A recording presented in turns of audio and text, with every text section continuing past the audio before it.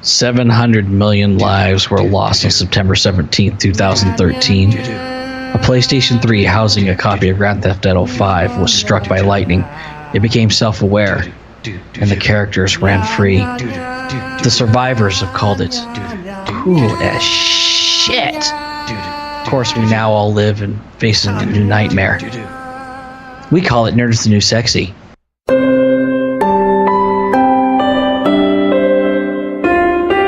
Nerd is the new sexy.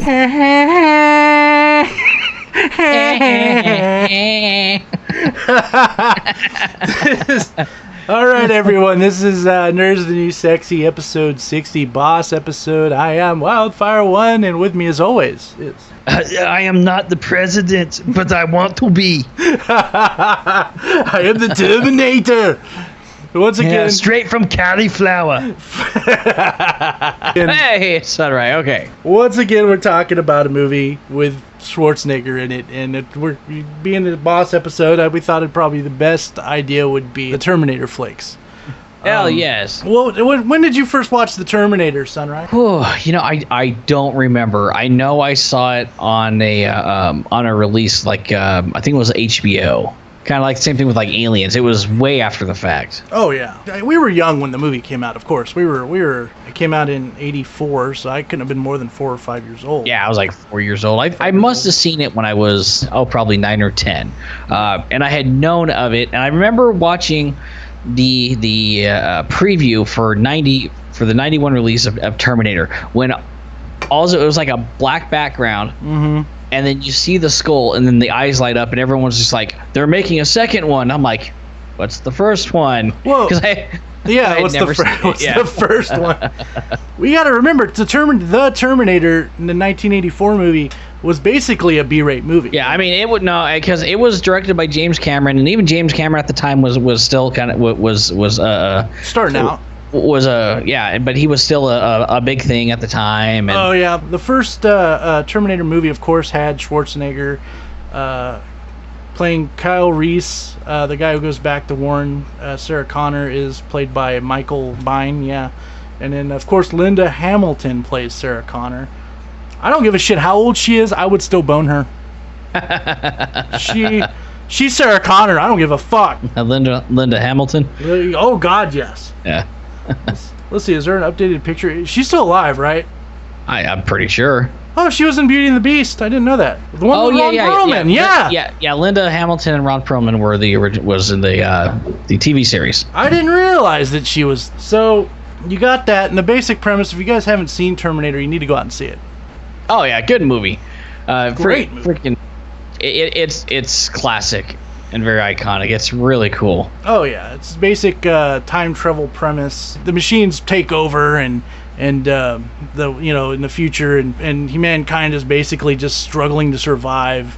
So there's this one particular person named John Connor. Sarah Connor has a kid named John Connor, and the machines send what they call a Terminator back in time, and it's a T-800, I think. Yeah. No, he's a.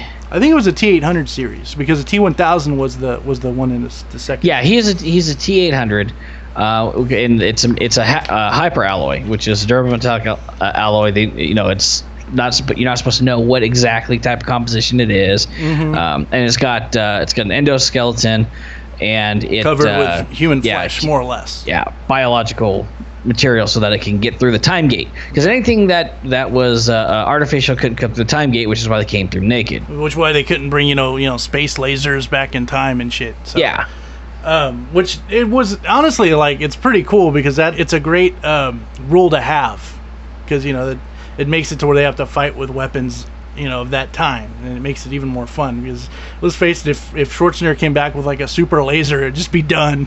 The world would be fucked. And I've always wondered, how come his endoskeleton went through? Because it was completely covered with the biological material. So it has to have the biological material to go through. Right. Okay. So, I mean, it's one of those don't think too hard about it type things, but yeah. So basically, they send this machine back in time, played by Arnold Schwarzenegger, and this is Schwarzenegger in his prime, like fucking huge, and he's going back to basically murder Sarah Connor.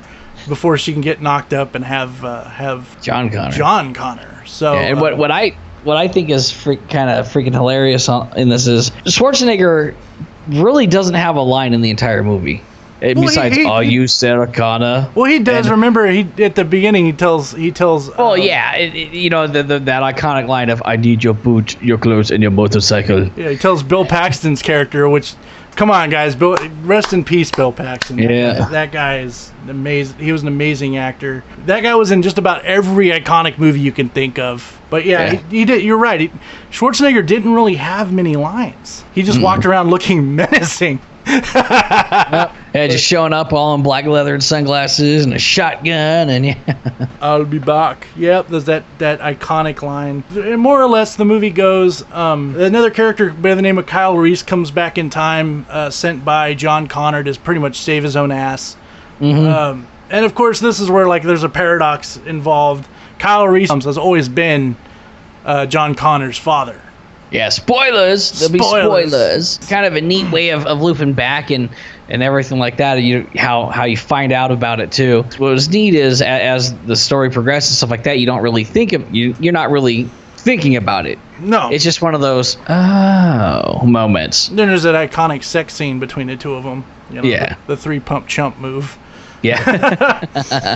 I say that it just was a really short sex scene, but I think you got to see Linda's titties, which was kind of nice. Thank you, B-rate 80s movie. Basically, yeah, they end up doing the horizontal mambo, making little John Connor.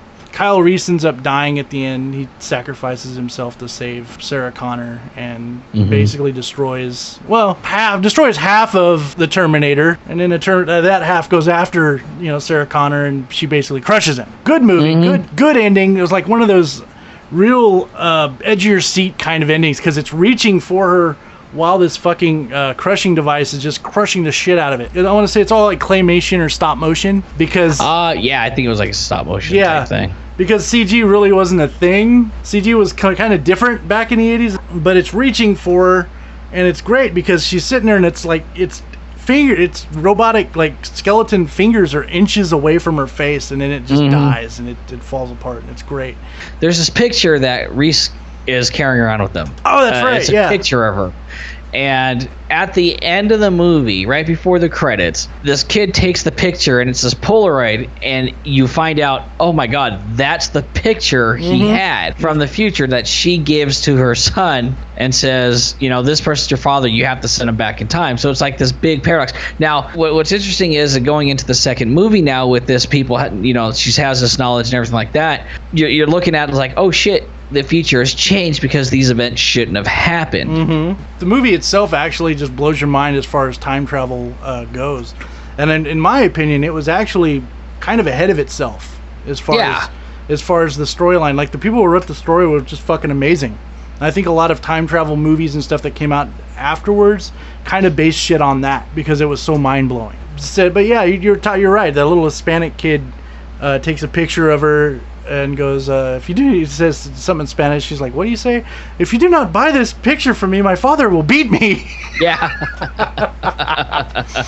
And then, like, at the end of the first movie, they say something like, one of them says to Sarah, there's a storm coming. Oh, yeah, she goes, I know. And that's just iconic because we knew what was coming, And then, of course, Terminator 2 comes out in 91. That's quite a while. It's a long. Yeah, a lot of people loved that movie, and then so they made Terminator 2. And as a kid, I was super excited because I remember getting older and watching it. And I watched it for the first time with my dad, of course. The first one, it was fun as hell. So the second one comes out. We were both about 11, 12 around that time, that area. So Terminator 2 comes out. I remember I was living in a small town in California, and I remember everyone was talking, oh my God, Terminator 2 is gonna be great. And then we hear about like this liquid fluid Terminator that especially like at the very beginning when you see the foot stand on that skull, and you got that robot sitting there and all those lasers going off. That was badass. It's not stop motion no more. This is CG. Yeah, this is straight CG. They put all sorts of money into this, and the beginning of Terminator 2 was pretty much this. Sarah Connor is in a nut house, which honestly, do you blame that. I mean, it's kind of something you do with people who scream the end of the world. Yeah, and this is like years later. This is like what, 13, 14 years? Oh yeah, John was about what? He was about 12, 13. Yeah, something like that. I think he was in like junior high, or he was in high school or something. More or less, she's in the nut house. John Connor is pretty much has been adopted and is living with foster parents, and he's acting out and being a douchebag. And Sarah's taught him how to hack programs and work on machines and how to fight and stuff like that. Getting him ready for the future. You got that going on, and more or less, and then you get the scene where you got this the time travel scene where they both come in, and of course everyone's thinking that the bad guy is Schwarzenegger's character, is the T-800.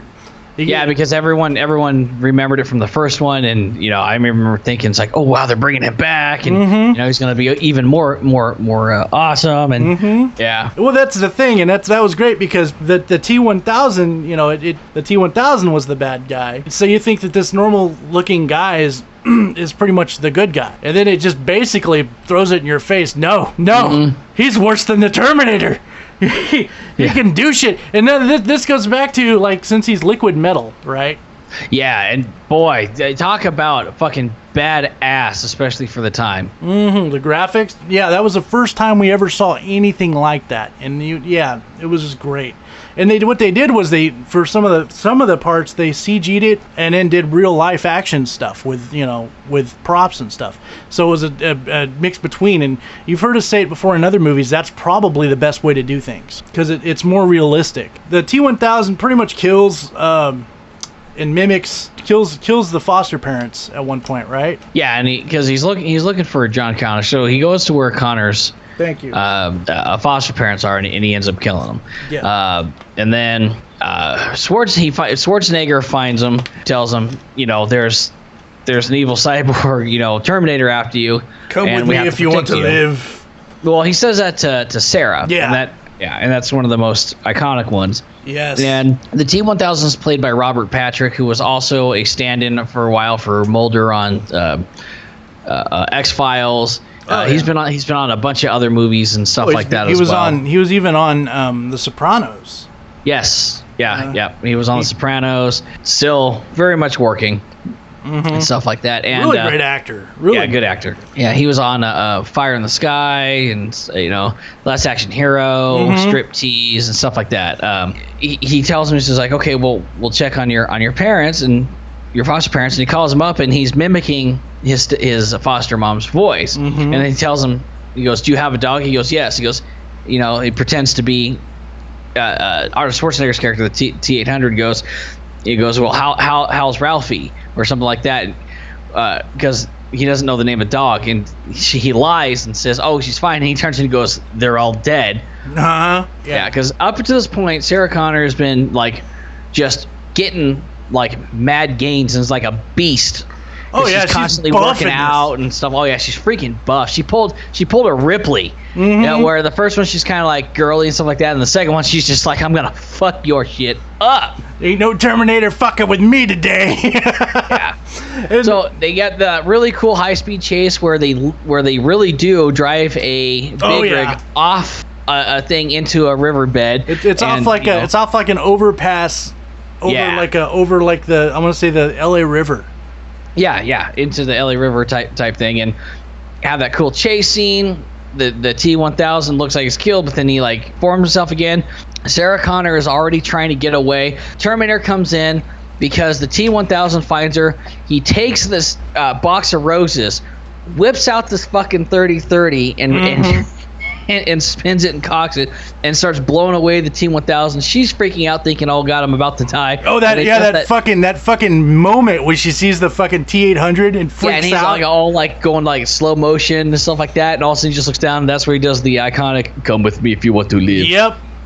And she's like, "What the fuck is going on? You're the bad guy." Yeah. It's so good. The movie was so good. Like I remember it was beautiful. Oh yeah.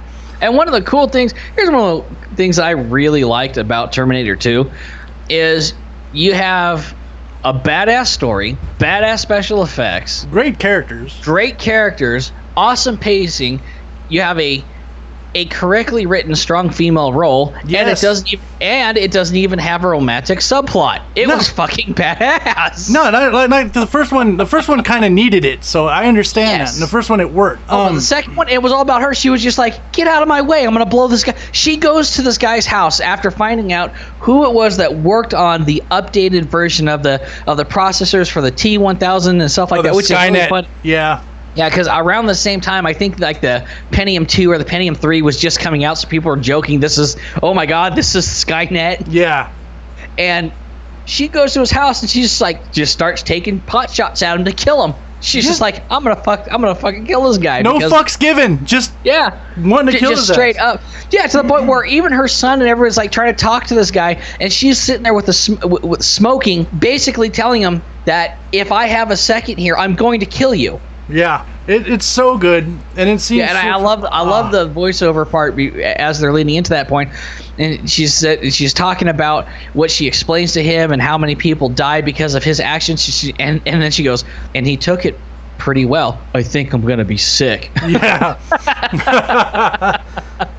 And it's funny because it turns out, because they end up getting all these weapons and shit, and it turns out where she left the weapons was pretty much like where the first movie ended, more or less. Yes. At least it leads you to believe that. And because what happened is the Cyberdyne information and logo was stamped on the inside of this Terminator because Cyberdyne created Skynet, which created the Terminators, and so somehow they were able to link it to a Cyberdyne, and they went, "Is this your guy? Belong to you guys?"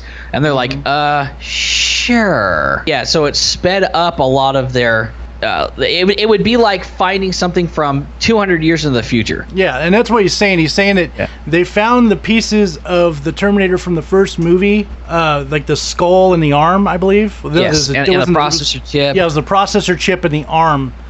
And it basically just warped us ahead. So it made Judgment Day happen quicker.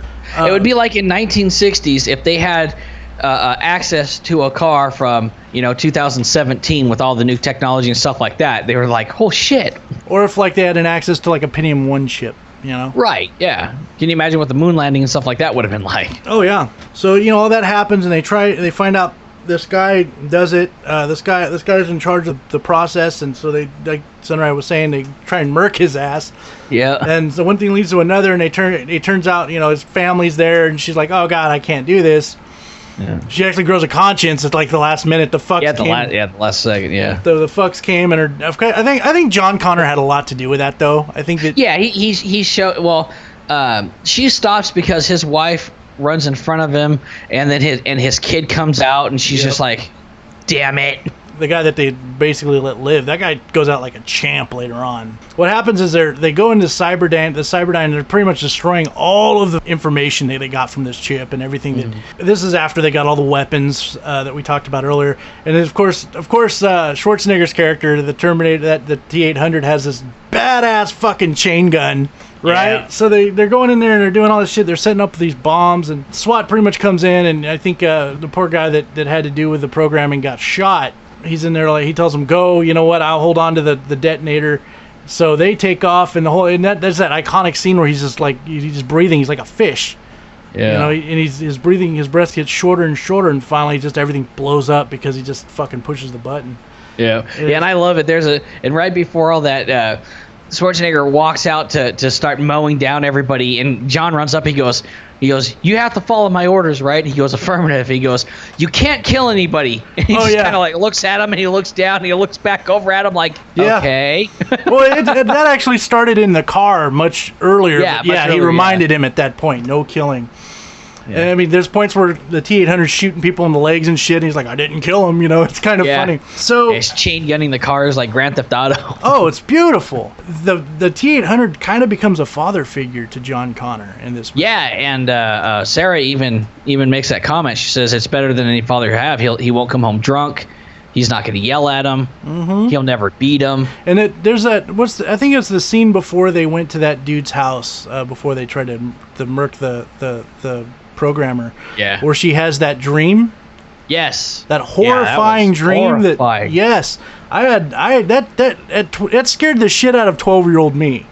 Yeah. And this is also the movie that started the whole, because he's telling him, he goes, well, the more I interact with humans, the better I'll blend in to make it easier to terminate people. He's like, okay, well, you don't just say goodbye and stuff like that. You say hasta la vista, baby. Yeah, it's funny as hell. Like, cause what he's doing is he's sitting in a car talking to him and telling him about like the new mannerisms and how kids talk and stuff. And he's like, you don't just say goodbye, man. You just say hasta la vista, baby. You know? Yeah, and then later on in the movie that comes into play, he grabs the T-1000, hasta la vista, baby. Yep. You know, and when he goes out, you know, when he Schwarzenegger's Terminator to not go too dangerous, and he turns to him and he goes, I'll be back. So it gets good, and then they go into the pretty much the movie. The movie climaxes at like a smelting plant, right?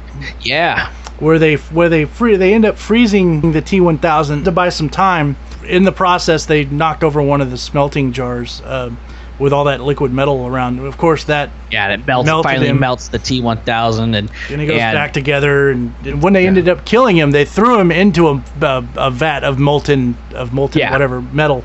And that was horrifying too, watching him die, because he was changing into everyone he's changed into, and moving all weird and shit. And then they ended up destroying him after a hell of a fight. Of course, Schwarzenegger, the Terminator, and the T-800 barely survives. He's all fucked up looking. And this is the scene I know you want to talk about, where him and John Connor are talking. So go ahead. Yeah, because and he tells me, he goes, okay, well, it's over. He goes, well, no, there's still another chip. He says, it's in my brain, but I can't self-terminate. You are gonna have to destroy me. So it's like saying, it's like, kind of like Old Yeller in a way. It's just like, Jesus, I gotta put down my own Terminator here. I gotta put down my own dog. It's kind of sad. Yeah, so he starts to lower him down into thing, and that's where the iconic thing where he's in the lava and he gives the thumbs up as he's sinking into it. I mean, they even do that in Mortal Kombat, which I thought was kind of funny. Yeah, but that was the saddest scene of any movie at the time for me. That was like, that's so sad. The thumbs up, he does the thumbs up and it's just and he burns up, and that's it. And it's beautiful. So that movie is just iconic and beautiful. And I think Terminator 3: Rise of the Machines came out in 2003. That one, it wasn't all that great. No, this is when it started downfalling. This is when we had the first female Terminator that we could see, Deanna Loken. In this one, the Terminator, it comes back, and now John Connor is in like everyone thinks that the future now is so completely changed, nothing's gonna happen. Connor decides, I'm just gonna be a pussy, and I'm just gonna screw around. I don't. Well, he doesn't want to be anything. Yeah. And is this the one where he's like going from town to town, pretty much being like a thief? Yeah, just being kind of like a scumbag. He's a scumbag, pretty much. All of a sudden, the female Terminator shows up, which the TX, the TX. Yeah, it is a combination of all the Terminators up to that point. So she still has that liquid metal. She has regenerative abilities. She can make weapons. Yeah, she can make weapons for herself.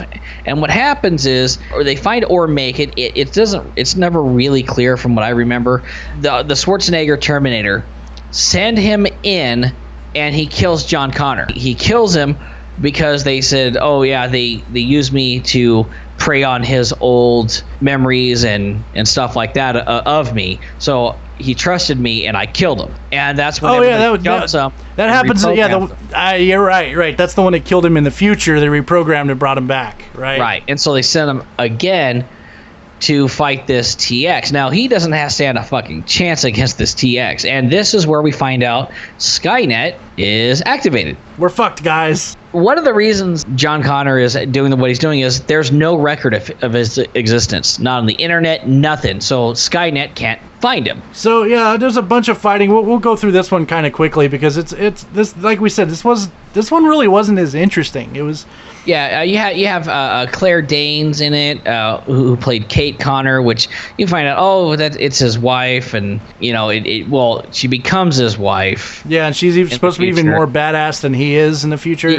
Yeah, like by that point and stuff like that, and so you're like, I guess John would have a wife. I guess. Now it was okay. They definitely try to make it a heavy action movie, more like the second one. Yeah. I think they went way too light on the story. This was around the time. This is 2003, so everything was a disaster movie, so everything's these special effects and stuff like that. And I mean, the fight between the TX and the T800 was cool when they were busting through doors and buildings and shit. And yeah, and the fact that the TX was a female was fucking actually pretty badass. Oh no, that part of it was badass. I agree. I just don't think it's nowhere as good as Terminator 2. No, they could have. The Terminator, yeah. The TX was definitely the best Terminator ever made. Oh yeah. She was freaking awesome. And Schwarzenegger was constantly getting his ass whooped. Oh yeah. Which is just kind of funny. Well, doesn't she even reprogram his ass at one point? She could hack other Cyberdyne machines and stuff like that. They thought ahead for that shit. Well, she totally hacked him, and it basically like made him want to kill John Connor. And instead of killing John Connor, he kills a car. Yes. Yeah. So. And then he tells him to leave, and he pretty much resets, and how he resets back into like default mode or whatever default mode they put him in is beyond me. Yeah, what did suck though is there was an epic fight, and it took so much to beat the shit out of the T-1000. Mm-hmm. It was an epic fight, and she barely survived the T-800. Mm-hmm. This one gets mostly blown up in a helicopter crash with Schwarzenegger's Terminator. Oh yeah, that's right. They use one of the hydrogen fuel cells to destroy the TX and the Terminator. And basically what you find out is everything that's led up to this point was not to stop the future from happening, but was to guarantee that they would survive to lead it. Yeah, because the TX had several different missions in the beginning.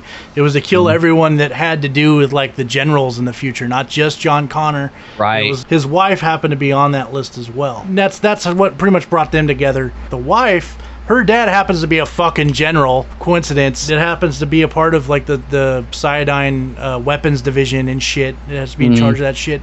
And we get to see some of the, that's one of the cool parts is we do get to see some of the earlier weapons that they made that you see in the movies, like earlier in the movies. Yeah, and it does correctly predict drones, which was pretty cool. Yeah, that was pretty fucking cool. Yeah, I mean some of the stuff that Cyberdyne used, comes up with and they had ready was pretty badass looking stuff. I will give the movie that. Yeah, the movie itself was pretty cool as far as like maybe predicting some of the stuff was happening. After giving us like a major amazing buffet like Terminator 2, this was more like going to fucking like Burger King. It wasn't as good. It wasn't as magical. We didn't have, and you're right, it wasn't good on story. The story could have been much better. It could have been told much better.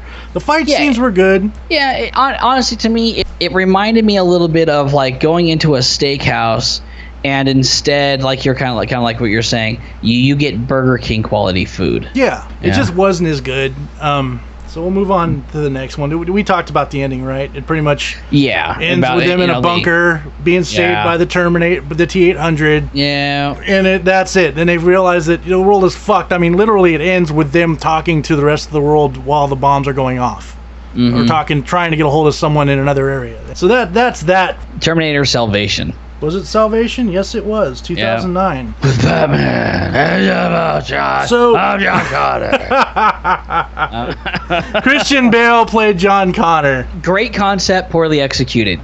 This was a great concept for the movie. Now, here's what's really, really odd that I never understood about the movie, and maybe I just didn't watch it, a director's cut of it or something like that. But okay, one, it definitely lacks the heart of the originals. Oh, it does. What I don't understand is you have a Connor who has a terminal illness going to this guy Marcus Wright and basically saying, you need to help me, and if you help me you get time off your sentence and stuff like that.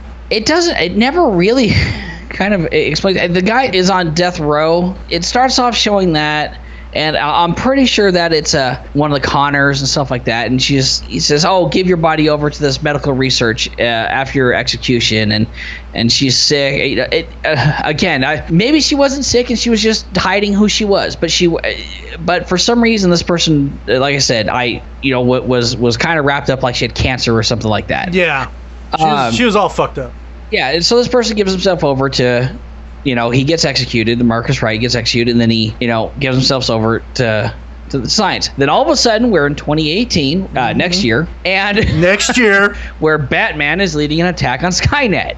He finds out that there's human prisoners and a new Terminator skin to incorporate the living tissue, the T-800. Because up to this point, just like they said in the first one, the Terminators were easy to identify. They were they had fake skin, and stuff like that. And then once the T-800s came around, dogs were the ones who would be able to figure out who they were. Now, here's the other problem that I have with Terminator Salvation. I enjoyed it. It was entertaining. We were whooping the fucking shit out of the machines. Yeah, it is a totally different future than what it looked like in Terminator 2, with mountains of skulls everywhere and people getting their ass kicked. At no point were the humans at a disadvantage. Yeah, there was hope, and in the actual other movies, it looked like there was no hope. Like we were losing. Yeah, like we were on the edge of extinction. Humanity. Yes. That's what it led us to believe. And in this one, it was like, nah, we're actually we got a few fucking cities. We're doing okay.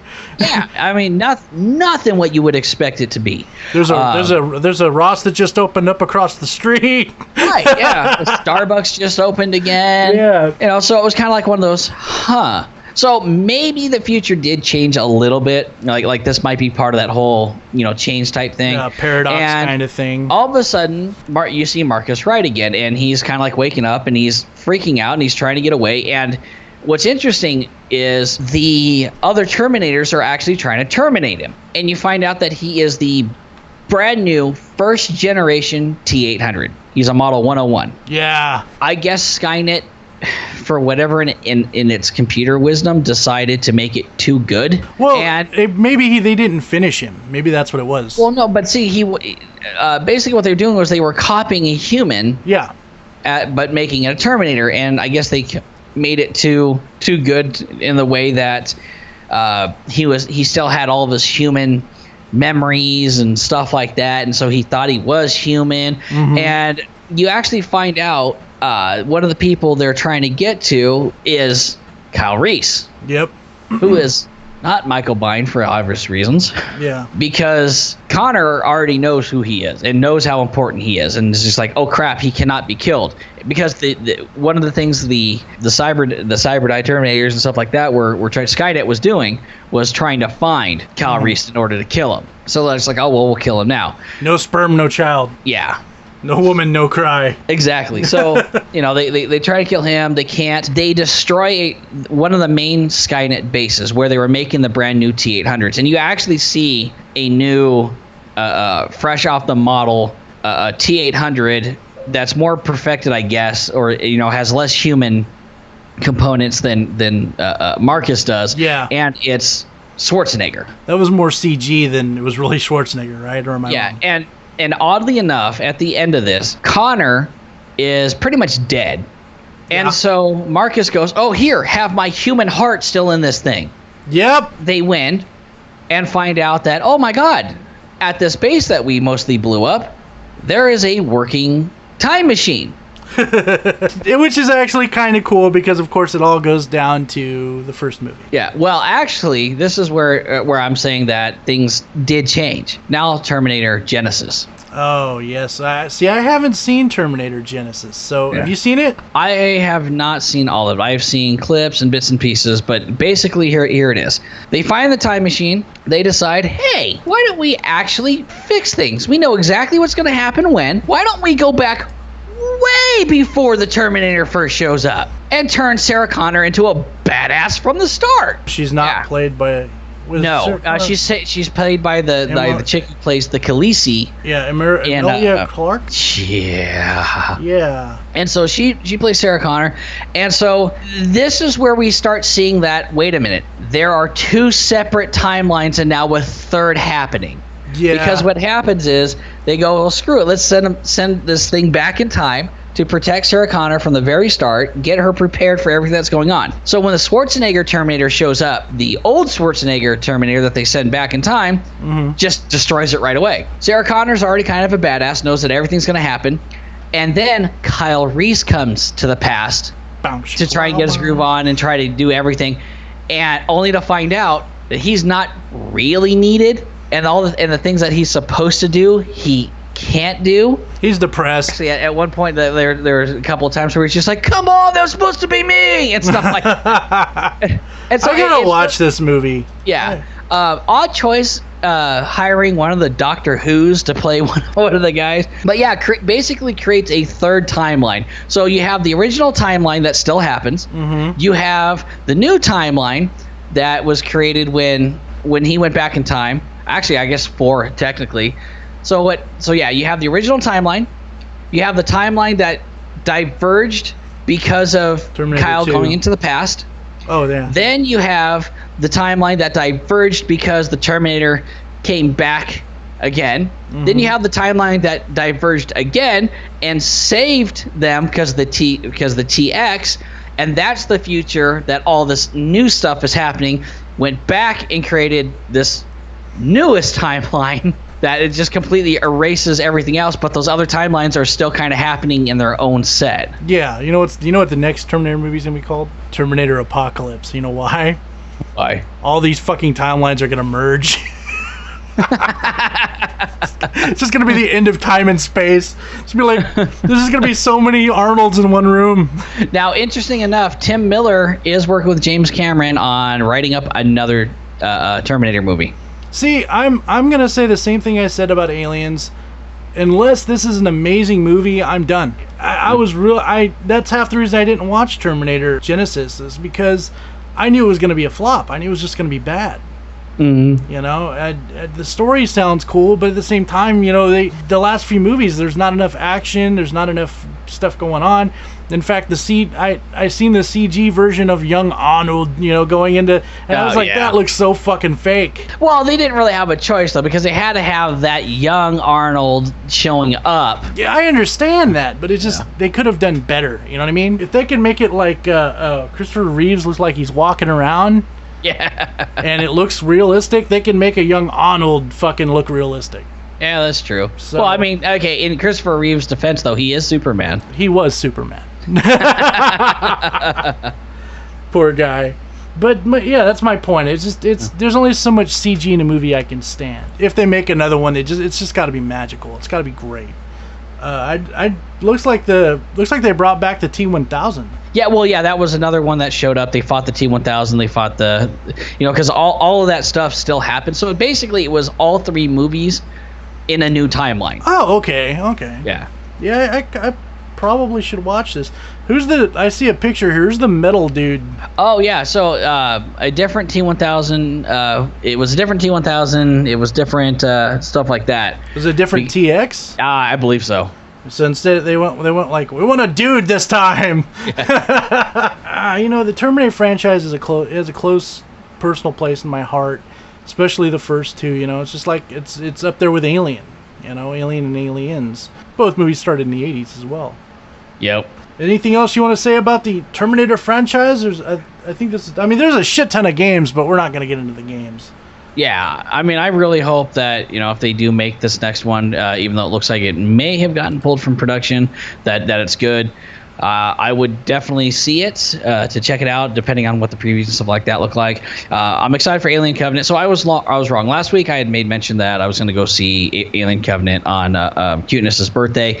I did not realize it only came out on the 18th yesterday. Yeah, we both were kind of wrong. Yeah, sorry about that. Yeah, I will see it. I'm probably going to go see it this weekend, and I will let you know how it is, because I am actually kind of excited about it. I'm a broke bitch, so I'm probably not going to see it. Now, don't forget, this is the start of a little bit longer break than normal, but we are actually getting some stuff together, planning some stuff and things like that, so that there won't be a lot of downtime between the podcasts. Yeah, it's not like we're taking this time just to play with our dicks. I mean, we do that. We make time for that. Yeah, but it's not just two. There's other things going on. I had bought a lot of little toys throughout this season for things that we need to do. We got some interesting Let's Plays coming up. We won't say on what games or anything just yet. This 2 possibly longer month break is not going to be us just like, oh yeah, we're tired of the podcast. It's not that. It's more so we just got shit to do. We got projects that we want to get to, and that I don't want to say much here, because I don't want somebody stealing it. Yeah, exactly. Fucking project thieves. My original idea, was basically we're coming back, and this might still be the thing. We'll probably come back at winter. By winter especially, by what, September? Oh yeah, and I probably wouldn't put us out that far. That's like 4 months. There's just a lot to do. And I'm doing that so we can get everything out of the way. But we'll see. You'll definitely hear from us. It's not like we're not going to do anything. If you guys miss us, there's going to be stuff on the YouTube pages, and we're definitely going to be doing stuff on the Facebook page as well. Oh yes. So we might even post a few little things here and there between, nothing like a full-on episode, but just some little things here and there between the seasons. I know that Gambit, I talked to him yesterday. Like I said, he's kind of doing his thing. He's got an interview that we still got to post that we did this season. Yes, he does. That we're going to post. He's done with it. He's just got to send it my way. And when I talked to him yesterday, he's like, yeah, man, I got to send that to you. So we're working on that. That's another thing that's coming. It's just... expect a lot of things from us. I'm gonna try and finish. I'm gonna try and do a couple quick animations and stuff like that. We want to thank you guys for listening to episode 60. This was of course our big boss episode for this season. Season finale. Is there anything else you want to say, Sunrie? Go out and buy Kingdom Hearts 1.5 2.5 HD Remix Collection. It is awesome. Oh yeah, by the way, that's what we've been playing lately. Yes. Both of us, actually. Yeah. Him and Nevada, me in California. We've been both been playing the shit out of that. We will be posting some Let's Plays and some long plays and some quick plays and stuff like that. Yeah, just stuff, just entertaining stuff that you guys will like. You guys can also keep in touch with us on our Twitch accounts. Of course, see me on Twitch when I do stream as Wildfire1, and Sunrie, I believe, is the same. Yeah, I stream. I tend to stream a lot of Overwatch because I freaking love playing Overwatch. You can watch non-competitive style gameplay by watching me. I am not MLG, to say the least. I do have my moments. There are times where I get a lot of hate, and I love it, but it's not consistent enough. Yeah, it's just not very consistent, especially after playing things like Mass Effect and some other games. I've really got to get back on. I've lost a lot of my skill for Overwatch. I'm trying to get it back. So with that said and done, everyone, we thank you for listening. We'll see you next season, season 4. We've come a long way. Stay sexy. Stay sexy, everybody.